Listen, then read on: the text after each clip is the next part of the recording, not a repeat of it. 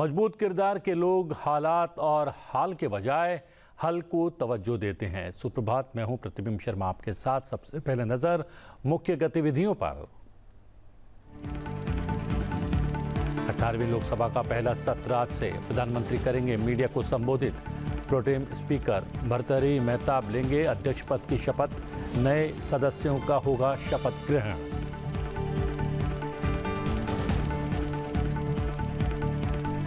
भारत के विदेश मंत्री एस जयशंकर संयुक्त अरब अमीरात की आधिकारिक यात्रा पर पहुंचे अबू धाबी। BAPS हिंदू मंदिर में की पूजा अर्चना। 10वें अंतर्राष्ट्रीय योग दिवस समारोह में लिया हिस्सा। UAE के विदेश मंत्री से मुलाकात कर दोनों देशों की साझेदारी को और मजबूत बनाने का लिया निर्णय।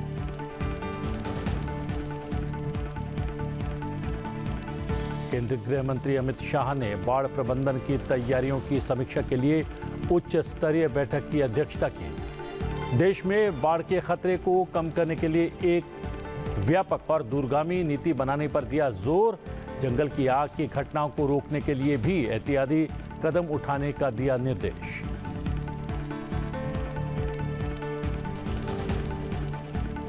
केंद्रीय सिविल सेवा अवकाश नियम 1972 में बड़ा संशोधन।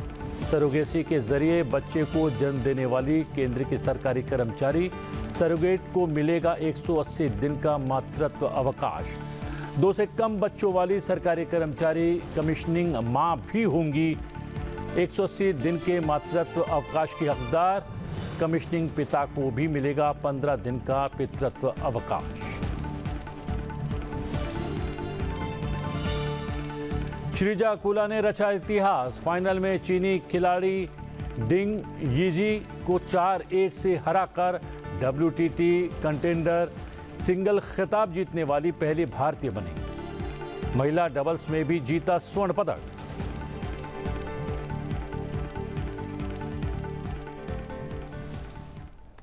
अठारहवीं लोकसभा का पहला सत्र आज से प्रारंभ होने जा रहा है। 3 जुलाई तक चलने वाले सत्र के शुरुआती 2 दिन नए सांसदों को शपथ दिलवाई जाएगी। बुधवार को नए लोकसभा अध्यक्ष का चुनाव होगा, जबकि गुरुवार को राष्ट्रपति द्रौपदी मुर्मू दोनों सदनों की संयुक्त बैठक को संबोधित करेंगी। परंपरा के तहत प्रधानमंत्री नरेंद्र मोदी आज सुबह 10 बजे मीडिया को संबोधित करेंगे। उसके बाद राष्ट्रपति द्रौपदी मुर्मू सदन की कार्रवाई शुरू होने से पहले प्रोटेम स्पीकर भर्तृहरि मेहताब को राष्ट्रपति भवन में प्रोटेम अध्यक्ष पद की शपथ दिलवाएंगे। इसके बाद भर्तृहरि मेहताब संसद भवन पहुंचकर 11 बजे से सदन का संचालन आरंभ करेंगे। कार्रवाई की शुरुआत दिवंगत सदस्यों को श्रद्धांजलि देने के लिए 2 मिनट के मौन रखने से होगी। उसके बाद सबसे पहले प्रधानमंत्री और नेता सदन नरेंद्र मोदी प्रोटेम स्पीकर को सहयोग करने के लिए बने पैनल के सदस्य और फिर मंत्रियों को सदन की सदस्यता की शपथ दिलवाई जाएगी। इसके बाद अन्य सदस्यों को भी शपथ दिलवाई जाएगी। अगले दिन यानी मंगलवार 25 जून को लोकसभा अध्यक्ष का चयन किया जाएगा। राष्ट्रपति द्रौपदी मुर्मू बुधवार 26 जून को संसद के दोनों सदनों की संयुक्त बैठक को संबोधित करेंगे। इस दौरान राष्ट्रपति नई सरकार की 5 साल की योजनाओं और प्राथमिकताओं को सामने रखेंगी। 28 जून और 1 जुलाई को राष्ट्रपति के अभिभाषण पर लोकसभा और राज्यसभा में चर्चा होगी। 2 जुलाई को लोकसभा और 3 जुलाई को राज्यसभा में प्रधानमंत्री चर्चा का जवाब देंगे। इसके बाद दोनों सदन संक्षिप्त अवधि के लिए स्थगित किए जाएंगे। लोकसभा का पहला सत्र पूरा होने के बाद कुछ दिनों के अंतराल के बाद बजट सत्र आयोजित किया जाएगा। इसमें वित्त मंत्री वित्त वर्ष 2024-25 के लिए बजट पेश करेंगी।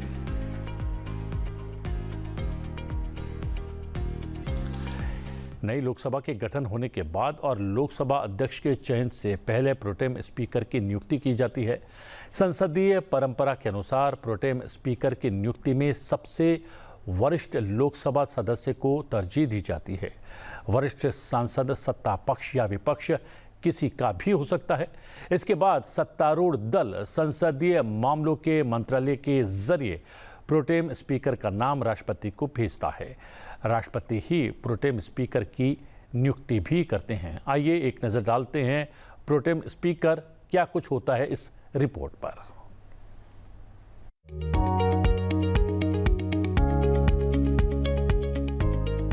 प्रोटेम लैटिन भाषा से लिया गया है, जिसका अर्थ होता है कुछ समय के लिए। प्रोटेम स्पीकर को कार्यवाहक स्पीकर भी कहते हैं। नवनिर्वाचित सदन में प्रोटेम स्पीकर की भूमिका बेहद खास होती है। वो नए सदस्यों को शपथ दिलाते हैं और नए अध्यक्ष चुने जाने तक सदन की गतिविधियों को सुचारू रूप से चलाते हैं। साथ ही वह यह भी देखते हैं कि नए मेंबर्स को किसी भी तरीके की कोई परेशानी ना हो। प्रोटेम स्पीकर के पद को अस्थायी कहा जाता है क्योंकि ये कुछ ही समय के लिए अस्तित्व में आता है। लोकसभा चुनाव के बाद जब केंद्र में प्रधानमंत्री शपथ ले लेते हैं, तो लोकसभा के सदस्यों में से किसी एक सदस्य के नाम को प्रोटेम स्पीकर के पद पर नियुक्त करने के लिए राष्ट्रपति के पास भेजा जाता है। राष्ट्रपति प्रोटेम स्पीकर को नियुक्त करते हैं। ये नियुक्ति संविधान के अनुच्छेद 95(1) के तहत होती है। इस बार राष्ट्रपति द्रौपदी मुर्मू ने भर्तृहरि महताब को प्रोटेम स्पीकर के लिए नियुक्त किया है। आइए जानते हैं प्रोटेम स्पीकर भर्तृहरि महताब के बारे में। भारतीय राजनीति में अपनी अलग पहचान बनाने वाले भर्तृहरि महताब का जन्म 8 सितंबर 1957 को ओडिशा के अगपदा जिले में हुआ था। भर्तृहरि बचपन से ही राजनीतिक माहौल में रहे। इनके पिता डॉक्टर हरिकृष्ण महताब ओडिशा के मुख्यमंत्री थे। भर्तृहरि राजनीति के क्षेत्र में एक बड़ा नाम तो है ही, इसके साथ ही एक प्रख्यात लेखक भी हैं। उत्कल यूनिवर्सिटी के राविनशॉ कॉलेज से साल 1978 में पोस्ट ग्रेजुएशन करने के बाद भर्तृहरि महताब सक्रिय राजनीति में उतर गए। 1998 के लोकसभा चुनाव में इन्होंने ओडिशा की कटक सीट से चुनाव लड़ा और जीतकर संसद तक का सफर तय किया। कटक लोकसभा चुनाव क्षेत्र से रिकॉर्ड 7 बार चुनाव जीतकर भर्तृहरि संसद पहुंचे हैं। संसद में अपने शानदार वक्तव्यों की वजह से भर्तृहरि महताब को 2017 में उत्कृष्ट सांसद पुरस्कार से सम्मानित किया गया। 2024 के लोकसभा चुनाव में भर्तृहरि महताब ने कटक सीट से बीजेडी के संतरूप मिश्रा को हराया और अपनी सीट पक्की की।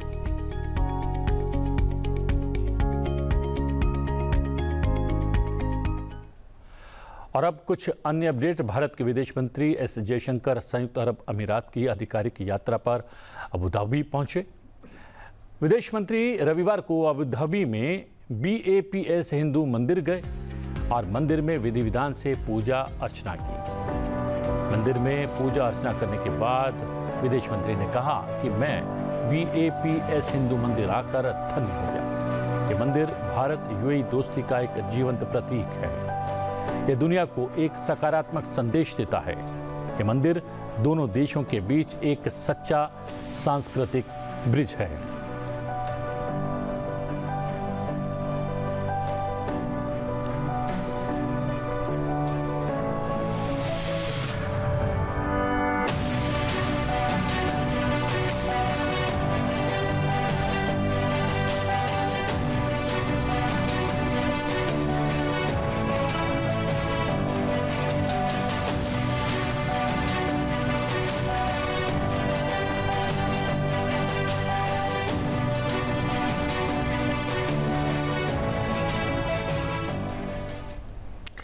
उसके बाद विदेश मंत्री एस जयशंकर ने रविवार को अबू धाबी में 10वें अंतर्राष्ट्रीय योग दिवस समारोह में हिस्सा लिया।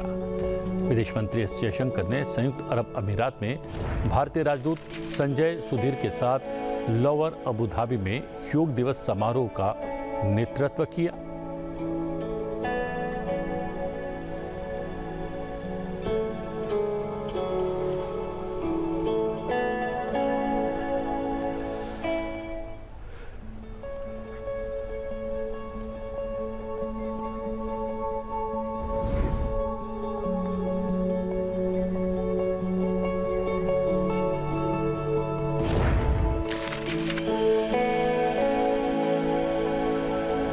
विदेश मंत्री ने अबू धाबी में UAE के विदेश मंत्री से मुलाकात की। उन्होंने सोशल मीडिया पोस्ट के जरिए इस मुलाकात की जानकारी दी। विदेश मंत्री ने कहा कि शेख अब्दुल्ला बिन जायद अल नहयान से मिलकर बहुत खुशी हुई। हमारी लगातार बढ़ती व्यापक रणनीतिक साझेदारी पर सार्थक और गहन बातचीत हुई। क्षेत्रीय और वैश्विक मुद्दों पर चर्चा और उनकी अंतर्दृष्टि की विदेश मंत्री ने सराहना की। केंद्रीय गृह मंत्री अमित शाह ने नई दिल्ली में बाढ़ प्रबंधन की तैयारियों की समीक्षा के लिए एक उच्च स्तरीय बैठक की अध्यक्षता की। उन्होंने देश में बाढ़ के खतरे को कम करने के लिए एक व्यापक और दूरगामी नीति बनाने पर जोर दिया। केंद्रीय गृह मंत्री अमित शाह ने ग्लेशियल झील में बाढ़ से निपटने की तैयारियों की समीक्षा की। उन्होंने बाढ़ और जल प्रबंधन के लिए विभिन्न एजेंसियों द्वारा भारतीय अंतरिक्ष अनुसंधान संगठन द्वारा उपग्रह के माध्यम से ली गई तस्वीरों के प्रयोग पर भी जोर दिया। उन्होंने मौसम विभाग और केंद्रीय जल आयोग को बाढ़ पूर्वानुमान में उपयोग किए जाने वाले सभी उपकरणों को पुनः व्यवस्थित करने का निर्देश भी जारी किया। गृह मंत्री ने यह भी सुनिश्चित करने का निर्देश दिया कि सभी प्रमुख बांधों के फ्लडेड गेट अच्छी स्थिति में हों। अमित शाह ने राष्ट्रीय आपदा प्रबंधन प्राधिकरण और पर्यावरण, वन और जलवायु परिवर्तन मंत्रालय को जंगल की आग की घटनाओं को रोकने के लिए एहतियाती कदम उठाने का भी निर्देश जारी किया। उन्होंने निर्देश दिया कि बिजली गिरने के संबंध में मौसम विभाग के अलर्ट को मैसेज, टेलीविजन, FM रेडियो और अन्य माध्यमों से जनता तक प्रसारित किया जाना चाहिए। इस बैठक में केंद्रीय जल शक्ति मंत्री CR पाटिल, गृह राज्य मंत्री नित्यानंद राय, केंद्रीय गृह सचिव, विभिन्न मंत्रालयों और विभागों के सचिव और वरिष्ठ अधिकारी शामिल हुए।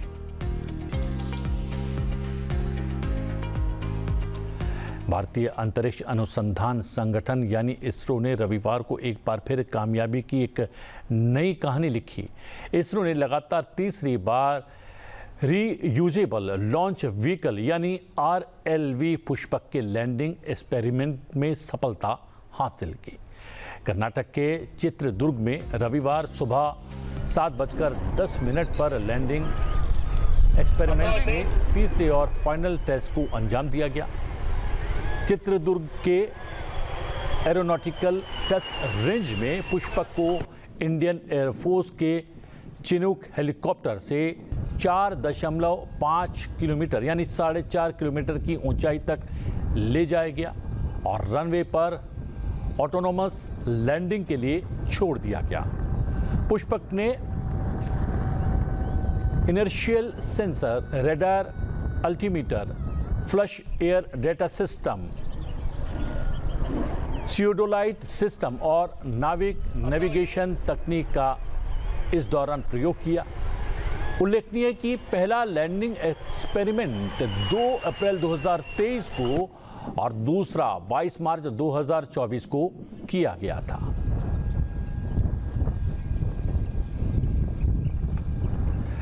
नेशनल टेस्टिंग एजेंसी ने रविवार को 1563 छात्रों के लिए नीट यूजी परीक्षा का फिर से आयोजन किया। ये वो छात्र हैं जिन्हें अलग अलग केंद्रों पर समय की बर्बादी की वजह से ग्रेस मार्क्स दिए गए थे।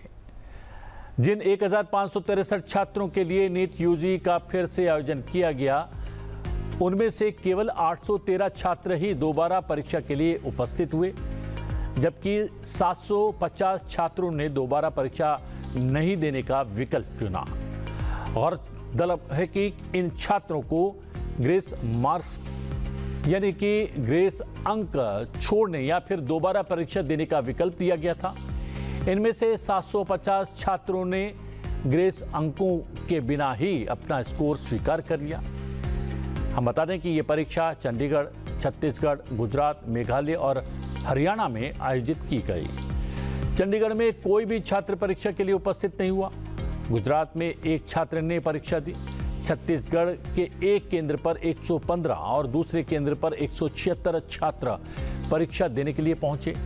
हरियाणा में भी 2 स्थानों पर परीक्षा केंद्र बनाए गए थे। यहां एक केंद्र पर 178 और दूसरे केंद्र पर 109 छात्रों ने परीक्षा दी। मेघालय में 234 छात्रों ने दोबारा परीक्षा दी। इसके अलावा नेशनल टेस्टिंग एजेंसी द्वारा 18 जून को कराए गए UGC नेट एग्जाम और 5 मई को नीट यूजी एग्जाम में कथित तौर पर पेपर लीक मामलों की जांच अब CBI करेगी। UGC नेट के बाद CBI ने शिक्षा मंत्रालय से मिली शिकायत पर 23 जून को नीट यूजी एग्जाम के लिए कथित रूप से हुए पेपर लीक मामले में एफआईआर दर्ज कर ली। सीबीआई न केवल दोनों पेपर्स में पेपर लीक गैंग का पता लगाएगी, बल्कि इस मामले में अगर एनटीए के किसी टॉप अधिकारी से लेकर निचले कर्मचारी तक के तार जुड़े होंगे तो उन्हें गिरफ्तार करेगी। इस मामले में सीबीआई द्वारा बनाई गई विशेष टीम पटना और गोधरा पहुंची। दूसरी तरफ रविवार को केंद्रीय शिक्षा मंत्रालय की शिकायत पर सीबीआई ने अज्ञात व्यक्तियों के खिलाफ एफआईआर दर्ज कर जांच शुरू कर दी है। ये एफआईआर शिक्षा मंत्रालय के उच्च शिक्षा विभाग के निदेशक की शिकायत पर दर्ज की गई है। मामले की जांच के लिए ब्यूरो की ओर से विशेष टीमों का गठन किया गया है।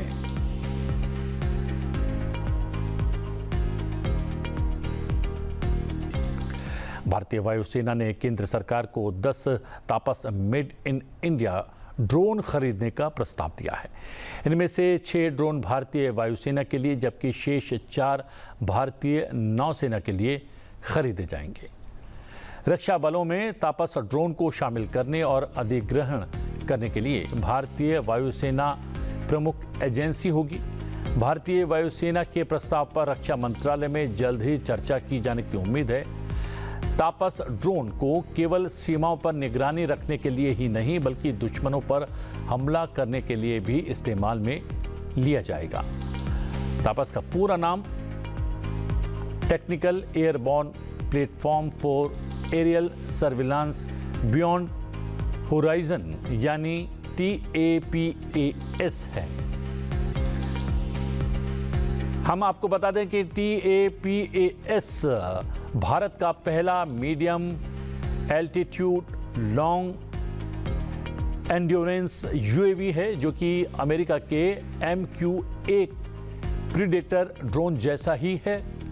भारतीय वायुसेना के पास इजरायली सर्चर एरॉन मार्क 1 और मार्क 2 ड्रोन का एक बेड़ा है और वो भविष्य में तीनों सेनाओं के अधिग्रहण के हिस्से के रूप में अमेरिकी प्रीडेटर MQ-9B ड्रोन को शामिल करने की योजना भी बना रहा है।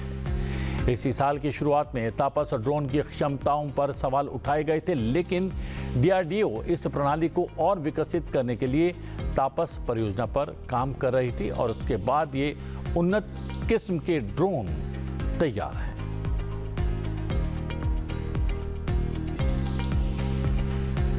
सरोगेसी के जरिए बच्चे को जन्म देने वाली मां और उन बच्चों को अपनाने वाले माता पिता को मिला एक बड़ा तोहफा। जी हां, साथ ही पितृत्व अवकाश को लेकर भी एक बड़ा निर्णय लिया गया है।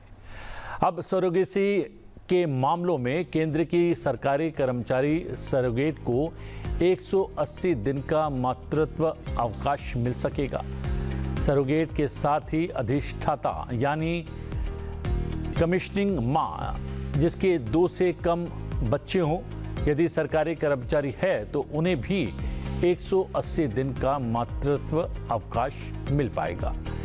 इसके लिए केंद्रीय सिविल सेवा अवकाश नियम 1972 में संशोधन किया गया है, जिसका फायदा केंद्रीय कर्मचारी को मिलता रहा है।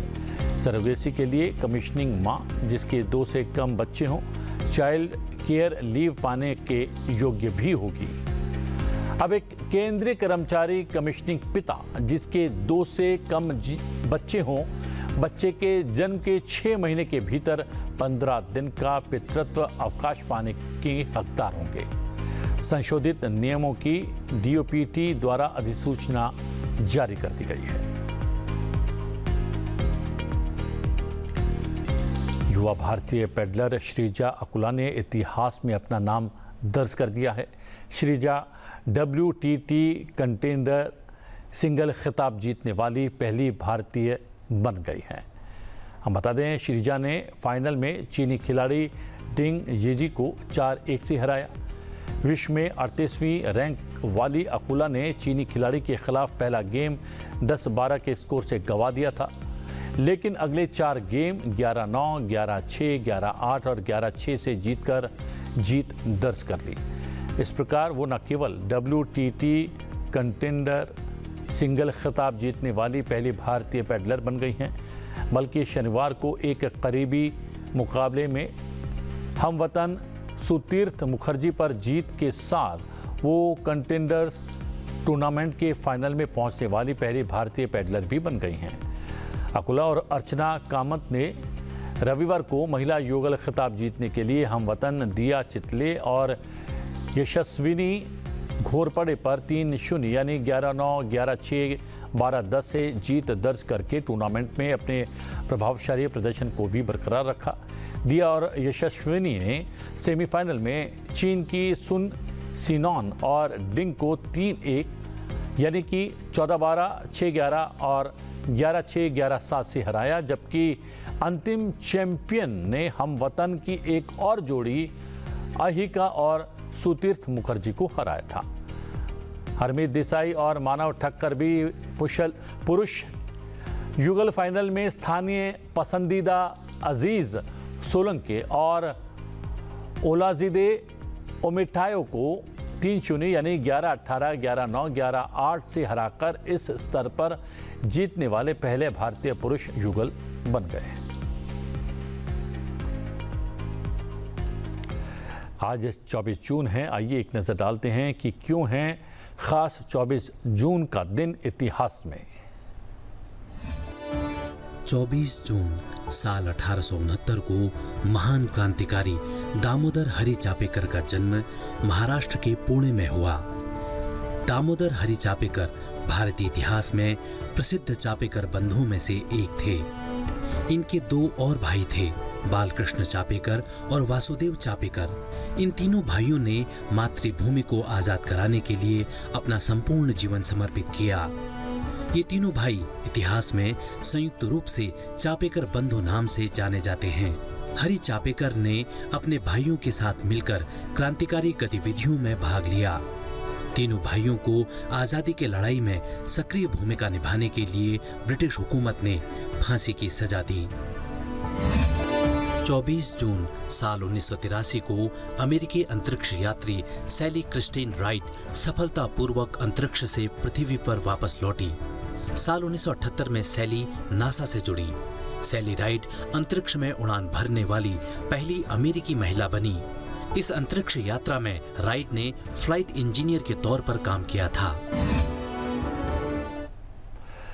अब समय आपसे विदा लेने का। चलते चलते आपको छोड़े जाते हैं राष्ट्रपति भवन के पुस्तकालय से जुड़ी कुछ रोचक जानकारियों के साथ। मुझे दीजिए आज्ञा, लेकिन बने रहिए संसद टीवी के साथ। नमस्कार।